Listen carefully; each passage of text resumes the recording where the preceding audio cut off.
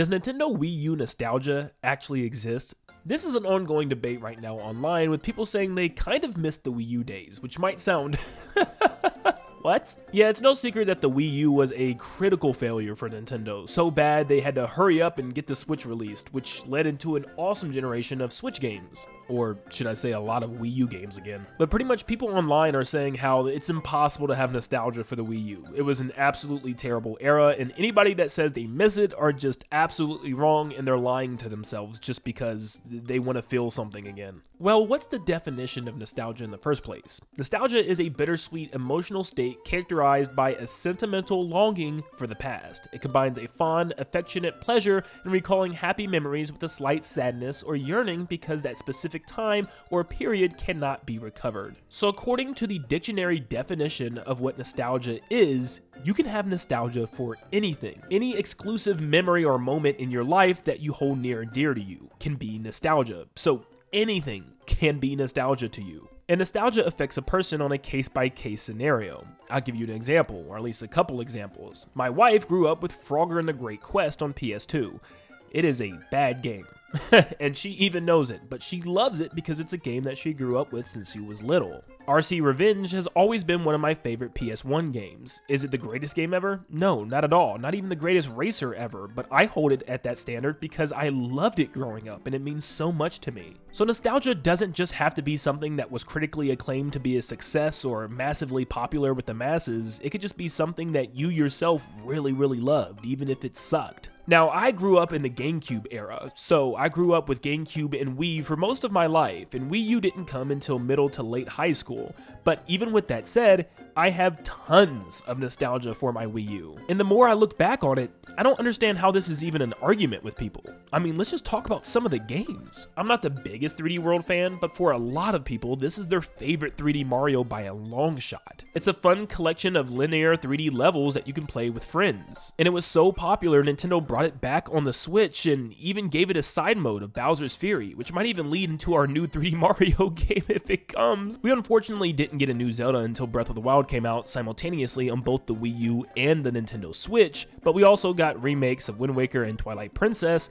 but on top of that, yeah, Breath of the Wild still did come out on the Wii U, which is a generation-defining game. I mean, it's a huge game to be running on something like the Wii U, so it's pretty impressive. Sure, I might be a little biased with this one, but prove me wrong, because I think Nintendo Land is one of the greatest party games Nintendo has ever released. It gave you tons of minigames based on various Nintendo properties, and this is a great way to get invested into one of their IPs that you maybe have never played before. I mean, for me specifically, I know it might sound crazy, but this is literally one of my first jumps into a Metroid game or even a Pikmin game, and once I tried them out, I got instantly hooked with the series. So this was a launch pad into a lot of other Nintendo IPs for me, so it holds huge nostalgia. Say what you want about Smash 4, but this game is going to go down as one of the most important Smashes in the entire franchise. Some of the characters that this game introduced was absolutely mind-blowing. I mean, in base roster to have characters like Pac-Man and Mega Man, it's insane. I mean, just the character reveal animations themselves were stuff that I imagined when I was a kid. Like, this animation quality was so insane. It's the first time we've seen something like this. Like, this would be the first era we had DLC hype for characters that were added to the game post-content, like Cloud freaking Strife from Final Fantasy VII.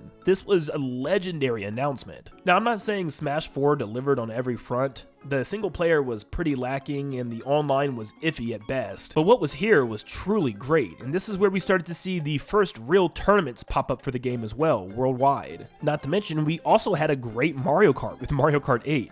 At base launch, it was pretty basic. It didn't have too many tracks or content, but eventually, through DLC, it definitely reached some really great heights. Not to mention, this was the first kind of HD Mario Kart game, kind of by meaning it was like 720. But you can't sit here and tell me that Mario Kart 8 on the Wii U wasn't good. I mean, it was so good Nintendo brought it back on the Switch and then brought it back again at the end of the Switch's life cycle for DLC, adding like 48 brand new tracks. Like, come on. Super Mario Maker got his debut on the Wii U, and a lot of people still believe that the first game was way better than what they did with the second game on Switch. Like, this game was huge for Nintendo. To be able to finally create your own 2D Mario levels and even play other people's was just such a unique time, man. This was also an era where Nintendo took risk. They introduced a brand new IP called Splatoon, which was a third-person paintball shooter, and look how well it blew up. It turned into one of Nintendo's biggest IPs, especially in Japan. If any game gives me the most nostalgia from the Wii U days, it was probably this one, because I don't think I spent this much time in any game in my entire life. Like, seriously, I would play over 10 hours a day at sometimes, and I could not put this game down. Yeah, it was actually ridiculous. It was so addicting for me personally. I think it got to a point where I much rather played Splatoon than most 3D Marios. Like, I wasn't even actively looking forward to the next 3D Mario. I know it's crazy. That's how hooked I was on the first game.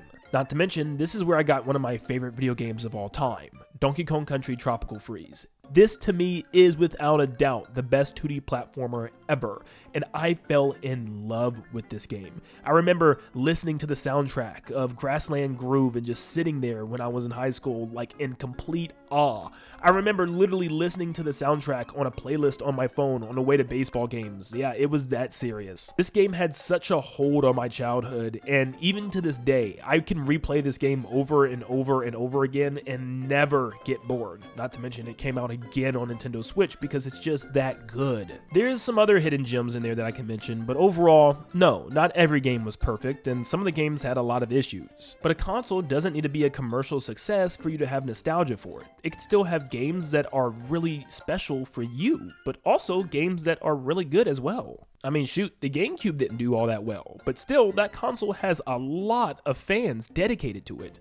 Plus, this era had some of the most memorable moments in Nintendo Directs I've ever seen. Like, I will never forget the silly robot chicken episode they had. Or what about Reggie, Iwata, and Miyamoto turning into puppets, and then even Star Fox characters? Or that one Smash Direct that had Reggie and Iwata fighting each other. A lot of people will say this is childish and unprofessional or something, but back then, this is what we knew Nintendo as. Like, this was pure Nintendo at its peak. But like I said, performance-wise, Nintendo wasn't doing the best, but us fans were enjoying the stuff that they were doing. Now, no, I'm not saying the Wii U was better than the Switch whatsoever. Year one of the Nintendo Switch was undefeated in my opinion. Plus, look at the gap we had in games.